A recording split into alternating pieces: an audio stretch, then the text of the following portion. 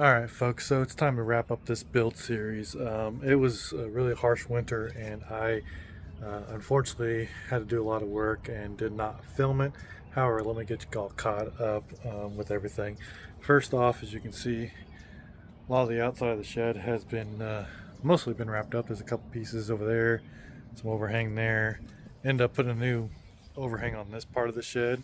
If I can step back, you can actually see a little bit more. So put a little overhang on there. So I still need a side there. Got the metal roofing down. Put the colored entrances on the hives. Did all the siding everywhere else. A lot of work's been going on in the garden itself, and pergola archway behind me that goes the whole length of the yard, all the way up to at least the metal fence here. It still needs to go connect to the house, but haven't got that far yet. One of the nice things, I'll turn you guys around. You may not see much right now. We did have it's kind of a cold, stormy day today, but there are some bees out and about. So these these middle four hives actually have bees in them, and the green one and the yellow one do not. Got a lot of flowers popping over there. I can't remember what those purple ones are called. The tall one there and there. I thought I had a couple more. I think they've already, maybe not. They're crown imperials. And then I have goldenrod right there and right there. And then in front of it, somewhere over there and right there is milkweed. And then all this bright green is crimson clover. So, and I got some cherry trees going down there. Eventually, I'll catch you guys up on all the flowers and whatnot. Oh, don't look at my mess. Oh, everything's in construction site. I keep on getting some nice days, and then I get some horrible days. So, let's hop up here in the shed and get you caught up on some of the things going on inside the shed. First thing you might notice is the whole entire engine repainted. Zoom out here. As you can see, a lot brighter. It is probably 7:30 at night, and it is super bright in here. I don't know if you guys remember earlier how dark it was in here. Now, even with the lights turned off, it is still bright in here. Okay, so let me catch you guys up here. Back into the AZ hives. So, last that I remember talking to you guys, we did the screen bottom board. We did the beetle tray. That is actually honey in there.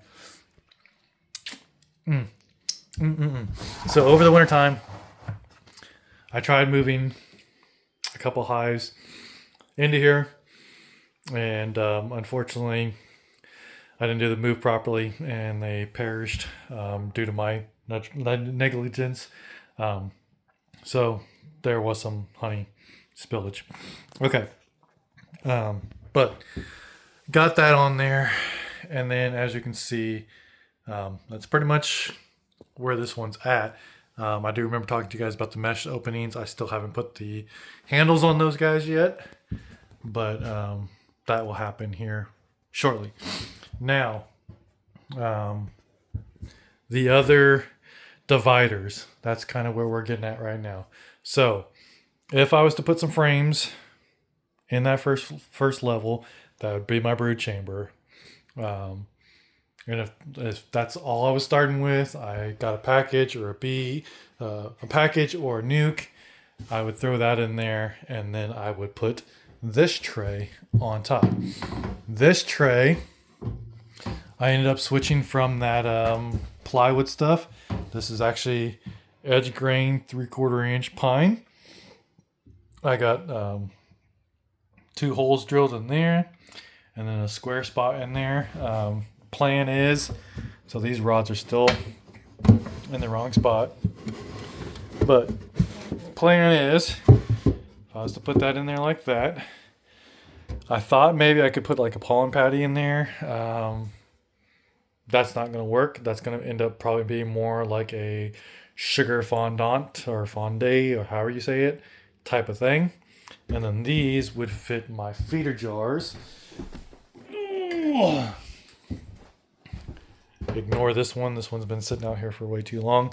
But the feeder jar would sit in there just like that. And then I could close the door and go about my business and actually have the feeders inside of the hive. Okay. So let's say a month or two goes down the road and it's time to add another brood chamber to here. I would move this feeder up, put it in this one, and then I'm gonna grab my new board. So this is what I'm calling my frame divider. The way it's set up looks like Swiss cheese. Again, this is that 3/4 inch edge glued pine.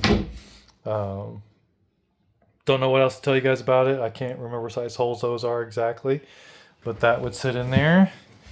And this would allow the queen, if she wanted to go up into the second brood chamber. Here where I'm at in Kansas, I do need 2 brood chambers to make it through winter. So I would add more frames on top of those rods, right? So I got, 9 frames down here, 9 frames up here, and then this top one still would end up, if I wanted to feed them more so they can keep building their comb, put a feeder on there, put another fondant up there, and then same thing come wintertime, after I'm done with my honey, I can actually start reducing them back down to 1 or 2 boxes, right? And feed them up here or down there. So that's that. So now let's say that I'm ready to put my flow hives on here. I would take out this one, the feeder board. I would need to, oh no.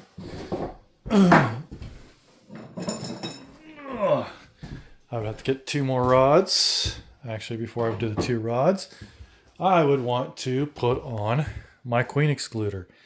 So the queen excluder would go in there. Actually, no, I don't use the rods. I forgot. So, overall calculation, I screwed up again. So, with this, like I said, I'm going with the flow frames. So I would grab my flow. I would make sure that everything was turned on properly. Make sure the cells were in right. And I would slide this puppy in here. And I got, almost the perfect amount of space above them.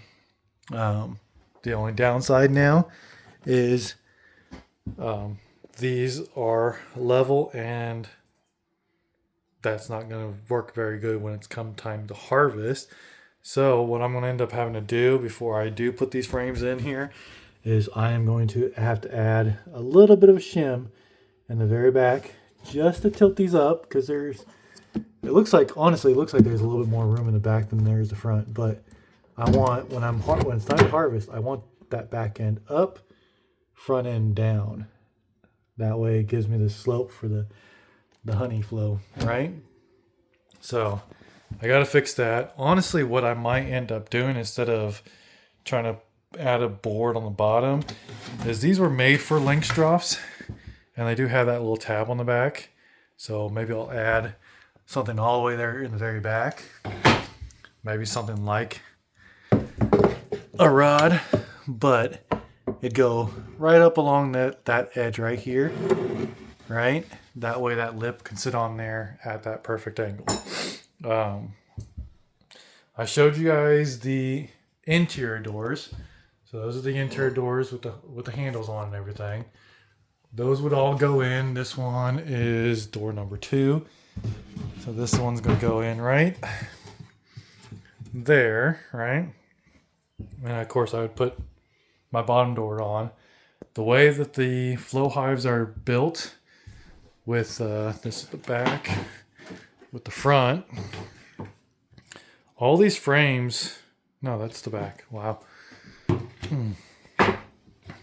The way these frames are built, designed to like have like a little observation piece on the front of the Langstroth's hive that you can take off, and it exposes all this, and all the gaps are flush. I've laid it out, and I put all my flow hives in here, and they are fairly tight. Like I said, I would have to fill that gap right there, maybe like a paint stir or something just to shove it in there. But it actually is a perfect fit across here to where it's a solid. It'd be solid across the bottom, so I would only need a paint stir across the top, and that would be perfect. I wouldn't even need a screen door right here. You can see right here, these are hinges for the main door. They are can't remember the technical term, but I call them lift-off hinges. So that one has the peg and the hinge. I did the exact same thing down here. And so these doors have the opposite one on there. This can be really hard to do one-handed. Let's see if I can line up that bottom a little bit. Come to the top here. And they go right in. Have a barrel latch and those same exact handles from the inside. Closes nice and tight, and it's locked up. So they are looking beautiful right now. All lined up, ready to go. Let's see. A couple of these doors are. Yeah, that one. That's the latch one right here. This one needs to be spaced a little bit. That one's a little tight to do with one hand. And some of the doors have swelled a little bit. But as you can see, I can come in here. Oop, they got a little bit mad for a second. But right now, I'm not feeding. I don't feel the need to feed. And they're in there. They're just doing their own business, right? So I'm going to shut them back up because they can hear me. And they're not happy. Like I said, it's bad weather. We all know we're not supposed to get into a hive with bad weather. So that's all 6 hives. Like I said, only the middle 4 actually have anything in them right now. So I can hear somebody. I don't know which hive I pissed off. But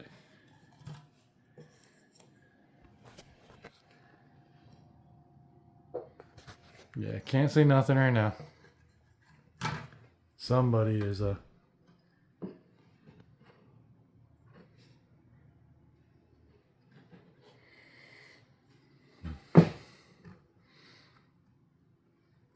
they quieted back down. Maybe it was just that.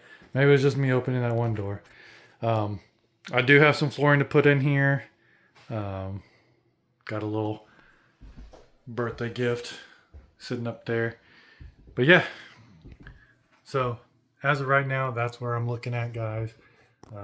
Sorry, I didn't really want to wrap up this series that way. However, I just got busy and just could not, or I could have, but I just did not film while I was building these other parts. Sorry. I did get the bees. I believe that I got 2, I believe they're called OSBs, or not OSBs. Dang, I can't think of the name now. OBS. Dang it. I'll try to figure out what they are, and I'll put it in the description. And the other 2 are Saskatraz. So I have 2 Saskatraz and 2, they're Golden West. 2 Golden Wests. 2 Golden Wests and 2 Saskatraz hives, mated queens, marked, everything like that. Got them from a company called Valor Honey, and they do a lot of donations with veterans, training veterans and soldiers and stuff like that with beekeeping. So very good cause. So I'm gonna go ahead and wrap up this video. And then you guys may have already saw when I was adding some of the frames into these hives, the second brood chambers. But yeah, so I have a couple other ideas planned for these style beehives. Hopefully, I got a chance working with a person to maybe build some more of these. And if I do, I will do a lot better of a job on filming everything and getting all the details. Maybe a slight change in plans on how they're built compared to these ones, but we'll see. So we'll see you guys on the next video, and thanks for watching the series.